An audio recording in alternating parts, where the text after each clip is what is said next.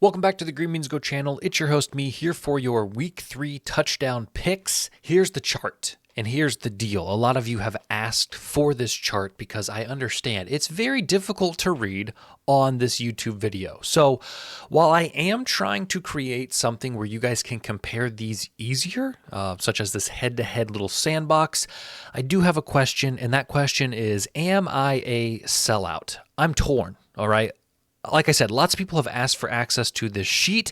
Here is my fear, selfishly. If I give access to this sheet elsewhere through a link, the views on this video drops. And right now we're averaging like 2,000 views per video on the touchdown scores. And guys, for someone who wants to do this full time and make money from content creation, that's a good boost. That's a good start to have 2,000 views on a video when typically I don't see more than 1,000. So I fear that giving away the sheet will lead to a drop in views. Now, I've gone ahead and I've linked it down below today as an image that you guys can click on in the description and bring it up however you would like. I would ask that if you do that, maybe you let the video play, even if you don't care to take any of my bets to help, obviously, the algorithm recommend this to other people, because that is clearly working. My question is, if I started a Discord, which I have been very outspoken about in the past, and my general distrust and disdain towards people who have Discords in the sports betting community, for $5 a month. Okay, I want it to be extremely cheap, cost of a Starbucks grande beverage, where I can post the head-to-head matchups in there every week. Okay, so you can see every matchup on the slate, how they compare to each other. We can communicate. We can have conversations back and forth. You can pick my brain about things, ask me something. I can post promo plays every day. Whatever you guys want from the community, but it gives me a little bit of a cushion, a monetary cushion. I don't believe in paying for picks. That's why I left SoBet, but I do believe that there can be value in paying for resources. And I'm not saying that my resources are good or going to make you anything, but I would hope I could return $5 in value for you a month. So just something to think about if you guys are interested in that or would pay $5 a month for a Discord. Put something in the comments that says yes. And even if you wouldn't, okay, now these YouTube videos are going to stay. I'm still going to give out picks on the YouTube video. Like, nothing is going to change on here, but it would just be an added extra bonus tier thing. If you're not interested, please write no, okay? Put something in the comments either way so I have an idea. I still am torn on it. I don't know what to do. I don't want to be a sellout. And after last week, I don't think I can charge anybody anything. Horrible. I mean, absolutely horrible. 2 steps forward week 1 and 7 steps backwards week 2. We hit J.K. Dobbins. That's it. That's it. Jalen Waddle got tackled at the half-yard line, which would have been a nice little bump. Jonathan Taylor just was non-existent in the fourth quarter. When the Colts had opportunities near the goal line, they didn't have him even in on offense. I was totally let down by the Ravens. I thought they would do the worst things imaginable to the Raiders. That was not the case. Nobody else really did anything. So on the year, we are down 1.9 units through 2 weeks. Here's how the tiers break out. We're still up on tier 2 plays, so that feels good. Let's get into it. As always, you can expect these 4 things on this video: tier 1 plays, tier 2 plays, and tier 3 plays, all set at certain units based on risk. I would highly encourage you guys to value promos and to track everything. I will be tracking everything, even though I may not play everything. We have to say goodbye to the no sweat touchdown bets on DraftKings. It looks like are not bringing those back this week, which is a bummer. We had 3 risk-free touchdown wagers in the weeks past, and it no longer appears that we're going to have that. A little bit disappointing. Here are the totals for the week. The games with the most projected points are Detroit, Arizona, Baltimore, Dallas, and Philadelphia, New Orleans, although that game scares me a little bit because both of these teams are confusing to me right now. Here we go. Tier 1, let's get into it. Tony Pollard for the Titans playing the Packers. Let's not forget that the Packers gave up 3 touchdowns to Saquon Barkley week 1. Now, the Colts were not able to do anything to them week 2, but I think that's more about the Colts than it is the Packers. So I'm going to say that the Titans are going to try to establish the run early and get it going. So I like Tony Pollard at that plus money over on DraftKings. DJ Moore is Caleb Williams' favorite target, point blank, period. And the Colts defense has looked susceptible to the pass. So I like DJ Moore to score at plus 180. This is a guy who had 10 targets last week. Zamir White is playing the Panthers. He's at plus money on Caesars. No other explanation needs to be said. They need to get this guy going since Josh Jacobs is gone. And this running back has not seen a ton of action through the first 2 weeks. I think it's a perfect opportunity for him.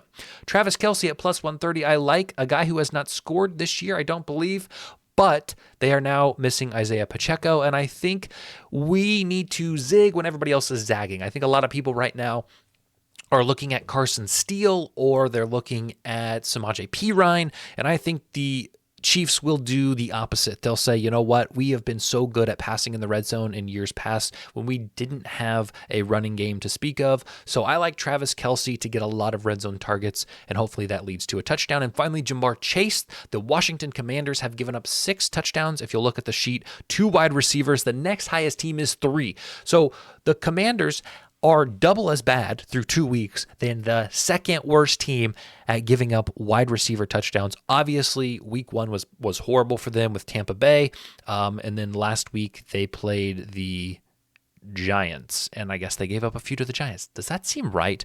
I'll double check the sheet. Now that I say that, it feels not correct.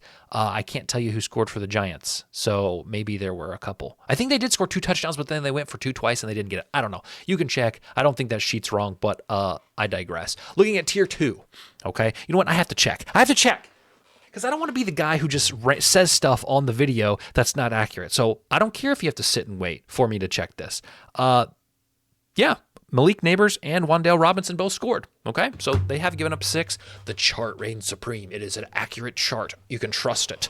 Mike Williams, tonight, Thursday Night Football, plays. We hope he plays. He's been injured, and I think this play is more about getting value before the value is gone. If you remember Allen Lazard, week 1, I said, play Allen Lazard. There's value here, and it's a little bit early. I think we're seeing the same thing here. I think Mike Williams' snap count will go up, and 490 for as big as he is and as much of a red zone target as he should be when the defense is hopefully focusing on Breece Hall and Garrett Wilson. I really love that number over on FanDuel at 490. DeAndre Hopkins is kind of the same thing, a guy who's been limited with injury, but should see an increase in reps hopefully this week. If I told you 3 years ago that we would get DeAndre Hopkins at plus 410, you would take it every time, right? That's a high number for a guy with his ability. So I like that play for a half unit. Jalen Naylor playing the Texans, who have, again, looked a little bit susceptible to the deep ball against the Colts in week 1 and even the Bears last week. This is a team that may be without Justin Jefferson, although it looks like he is trending in the right direction. This should be a high-scoring, fast-paced, big play game, and Jalen Naylor has scored in back-to-back weeks, so I am surprised to see him at plus 300. It doesn't look like this offense really is playing through too many other guys besides Naylor and Jefferson at the wide receiver position. So at 3-1, I really think there's value there. Michael Pittman at 280, a guy who gets a lot of targets from Anthony Richardson, but the offense has just not found anything through 2 weeks. I think the Bears coming to town bring a good opportunity for some more chemistry building, and I think we see Pittman have more opportunities this week, hopefully again near the red zone at 280. I like the number. Tyler Lockett. Seattle's passing more. Seattle's changed. This new offensive coordinator and Ryan Grubbs is throwing the ball more than we've seen Seattle throw the ball in years past, and I have noticed, and you have probably noticed, that, I'm sorry, I'm just a little distracted, that Geno Smith has been liking Jackson Smith and Jigba and DK Metcalf through 2 weeks. Tyler Lockett is last in targets of the big 3, if you will. But I still think there's just too much value in his number at 320, especially when those other guys are closer to sub 200 or just over 200. Tyler Lockett is still a threat. He's still a reliable target for Geno Smith, and I really like Tyler Lockett at 320. Brock Bowers over on Caesars. Caesars doesn't take my action, but if you can get down on Caesars, more power to you. This number is higher on Caesars than any other place. If he's above 250, I think it's still a play, but I'm going to track it at 280. This is a team in the Panthers who, again, I don't know if I need to explain why I'm playing this. He is getting the second most targets on the team behind Devontae Adams, as you would probably assume. And I think it's time that he gets his first NFL touchdown against a very soft matchup. I like the play. Jawan Jennings at 260. It's looking like Deebo Samuel is going to be out in this one. The Rams have not looked good defensively. We saw Marvin Harrison Jr. torch them last week twice, and I think Jawan Jennings is a guy who can do similar things. Not calling him Marvin Harrison Jr. by any means, but I think a lot of attention will be on Brandon Ayuk, which should open up some opportunities for Jennings, who has seen a pretty solid amount of targets. I don't know the exact number, but he's been involved in the offense, even with Deebo out there. So with Deebo gone, I think he's more involved. I like him at 260. Khalil Shakur on ESPN is 275. This is a guy who on DraftKings is like 160. So if you're just looking at value to the market, Shakur on ESPN is great. I think the Bills come in and put up 30 again on the Jaguars. So I like him to have some options in the red zone. And finally, Mike Gesicki is playing the Commanders, who, like I mentioned, are not good against receivers, but we saw Gesicki being involved in the passing offense more last week against the Chiefs. And I know tight ends are not equal to wide receivers, but I think if passing is working well for them, we see Joe Burrow liking Gesicki, or at least last week he was developing some chemistry. So at 320, I think it's a good number.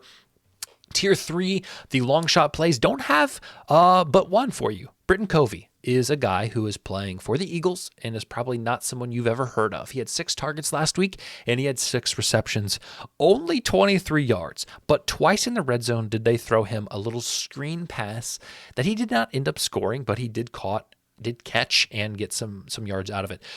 So here's the deal. A.J. Brown, 2 days ago they said, oh, he's out for weeks. And then yesterday, Nick Sirianni was like, well, he might play. I don't trust Nick Sirianni at all. He looks like he needs some rest.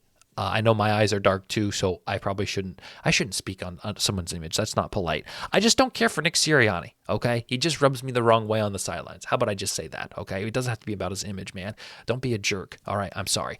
So here's the deal. Britton Covey, I don't love the matchup with the Saints. I truly don't, but I love the volume that he got last week, and I think, again, there's value in sort of that Mike Williams, DeAndre Hopkins unknown aspect. First touchdown plays, I like these 3 teams to score the first touchdown based on the matchup. The Raiders against the Panthers, Seattle against Miami, who's missing Tua, and Cincinnati against Washington. These would be my plays, and as you could see, they are all duplicates of what I already liked in the previous few minutes of this video. Brock Bowers at 0.1 units, 10-1. To win a unit. Tyler Lockett at 0.1 units to win 1.4 units. And Jamar Chase at 0.2 units to win 1.5 units. All right. So those would be my first touchdown picks. As always, thank you guys for coming by. If you want the full sheet, it is in the description on a link. If you are interested or would be interested in a $5 a month Discord, where we can chat, where we can bounce ideas off each other, where we can just collaborate. I can share some of these charts that I make with you guys. It's overwhelming to think about starting, but if it's something that people would like, again, I don't want to talk out of both sides of my mouth. I don't want to be someone who says, oh, Discord suck. You should never pay for something and then offer something for payment. But if you think there's value there, let me know in the comments. I'm going to shut this video off now and get a drink because I'm parched, baby. Have a good week. We'll see you tomorrow for our underdog picks.